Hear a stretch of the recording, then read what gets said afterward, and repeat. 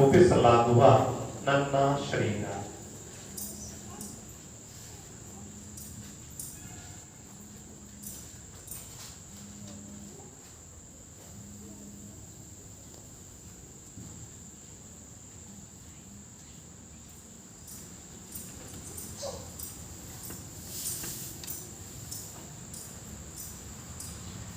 ಅಂತೆಯೇ ಭೋಜನದ ಅಂತ್ಯದಲ್ಲಿ ಅಮೂಲ್ಯ ಪಾನಪಾತ್ರೆಯನ್ನು ತಮ್ಮ ಪವಿತ್ರ ಹಾಗೂ ಪೂಜ್ಯ ಕರಗಳಲ್ಲಿ ತೆಗೆದುಕೊಂಡು ಅವರು ಪುನಃ ನಿಮಗೆ ಕೃತಜ್ಞತೆಯನ್ನು ಸಲ್ಲಿಸಿ ಅದನ್ನು ಆಶೀರ್ವದಿಸಿ ಈ ಪಾನಪಾತ್ರೆಯನ್ನು ತಮ್ಮ ಶಿಷ್ಯರಿಗೆ ಕೊಡುತ್ತಾ, ತೆಗೆದುಕೊಳ್ಳಿ ಮತ್ತು ಇದನ್ನು ನೀವೆಲ್ಲರೂ ಪಾನ ಮಾಡಿರಿ, ಏಕೆಂದರೆ ಇದು ಹೊಸ ಮತ್ತು ಅನಂತ ಒಡಂಬಡಿಕೆಯ ನನ್ನ ರಕ್ತದ ಪಾತ್ರೆ.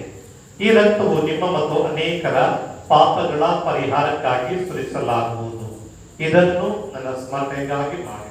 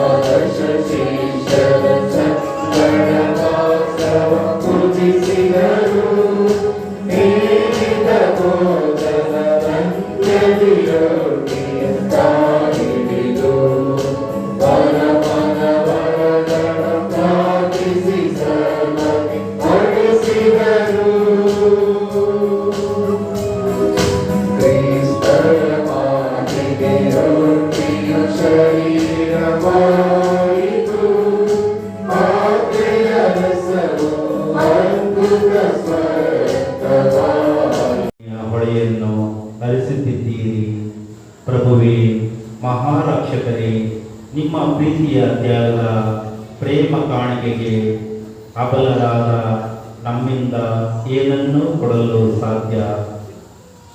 ನಿತ್ಯ ಸ್ವರೂಪಿ ನಮ್ಮನ್ನು ಹುಡುಕಿ ಬಂದು ನಮ್ಮನ್ನು ಚೈತರಿಸಿ ಪವಿತ್ರ ಪರಮ ಪ್ರಸಾದದ ಮೂಲಕ ನಮ್ಮ ಮೇಲೆ ನಿಮ್ಮ ವರಪ್ರಸಾದದ ಸುರಿಮಳೆಯನ್ನು ಸುರಿಸಿದ್ದೀರಿ. ಇದನ್ನು ನನ್ನ ಸ್ಮರಣೆಗಾಗಿ ಮಾಡಿರಿ ಎನ್ನುತ್ತಾ ನಿಮ್ಮ ಬಲಿಯನ್ನು ನಿತ್ಯವೂ ಸ್ಮರಿಸಿಕೊಳ್ಳಲು ಬಲಿಪೂಜೆ ಎಂಬ ಸಂಸ್ಕಾರವನ್ನು ಸ್ಥಾಪಿಸಿದ್ದೀರಿ. ಅಲ್ಲದೆ ಪವಿತ್ರ ಗಂಟೆಯ